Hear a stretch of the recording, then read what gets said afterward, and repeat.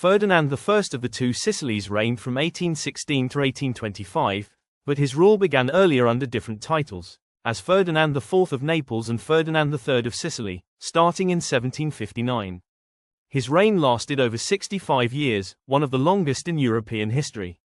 He ruled during a period of major upheaval, including the French Revolution, Napoleonic Wars, and the rise of liberal movements. During Napoleon's campaigns, Ferdinand lost control of Naples and fled to Sicily, where he ruled under British protection. After Napoleon's fall, he reclaimed Naples and unified the two kingdoms into the Kingdom of the Two Sicilies in 1816, becoming its first king.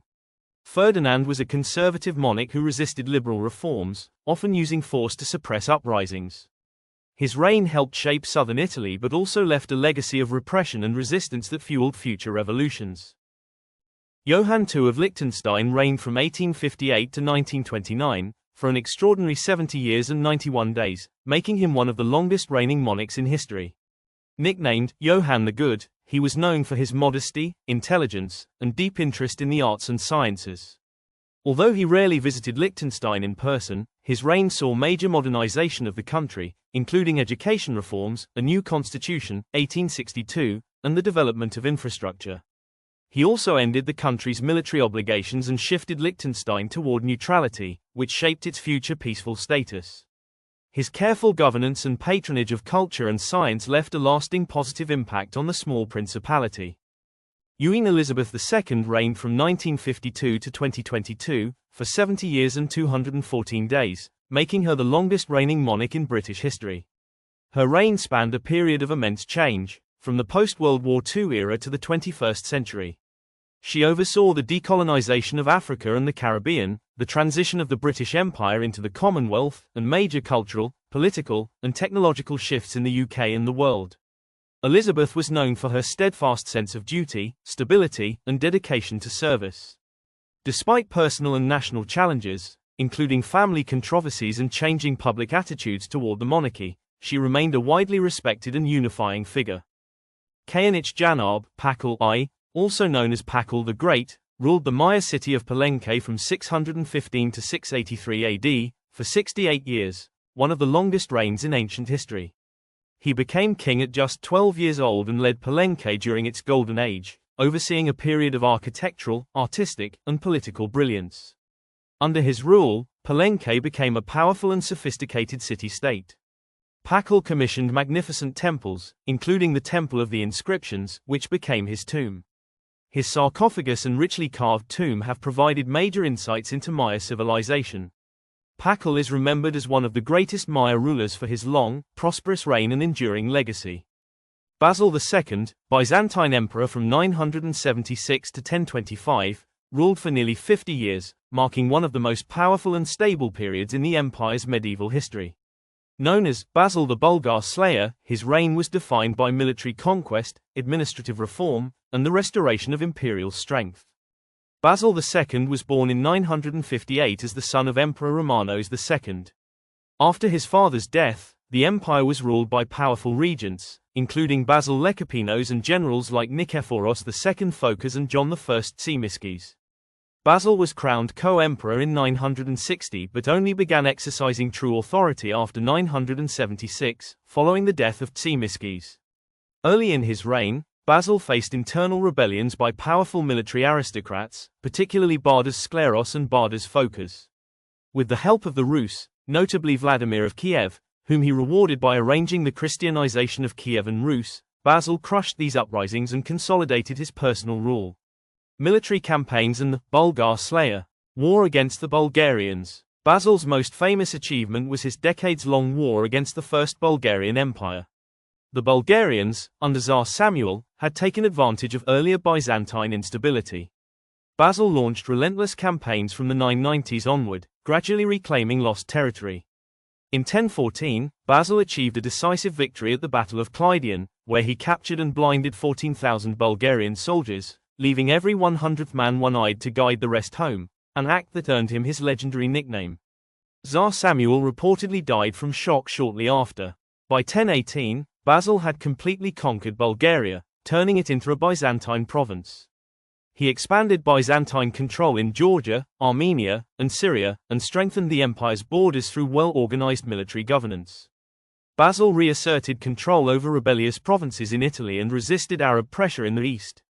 Basil was a strong, autocratic ruler who curbed the power of the landed aristocracy and protected the peasantry, ensuring the empire had a stable source of tax revenue and soldiers.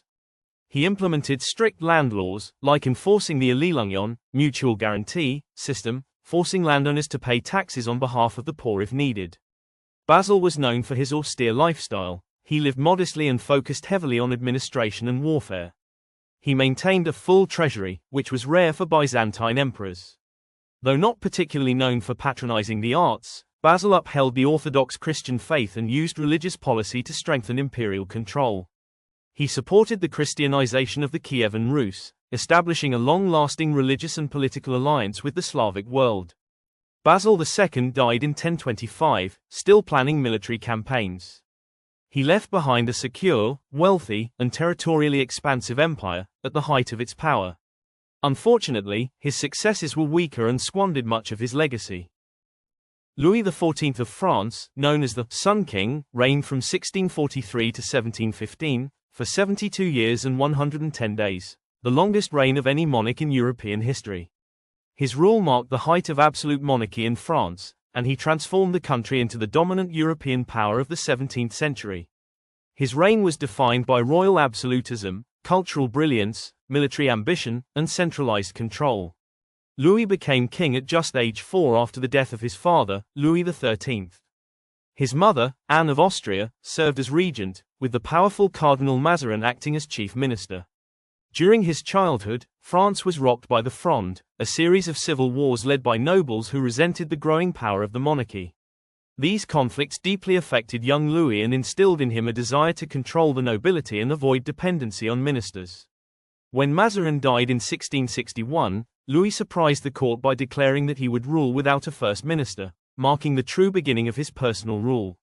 Louis XIV is the archetype of an absolute monarch. He believed in the divine right of kings, famously declaring, "L'état, c'est moi, I am the state."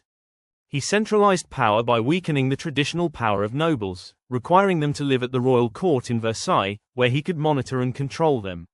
Local governance and bureaucracy were placed under loyal intendants and civil servants, answerable directly to the king. The French monarchy became the central authority in all political, legal, military, and religious matters. Louis transformed a former hunting lodge into the Palace of Versailles, a symbol of royal grandeur and control. Versailles became the center of political life in France and a model for absolutist courts across Europe. It showcased French art, architecture, fashion, and etiquette, establishing cultural dominance. Louis XIV pursued an aggressive foreign policy aimed at expanding French territory and influence. Under his reign, France built the largest and most professional army in Europe. Major wars: War of Devolution, 1667 to 1668, France invaded Spanish Netherlands, gaining some territory.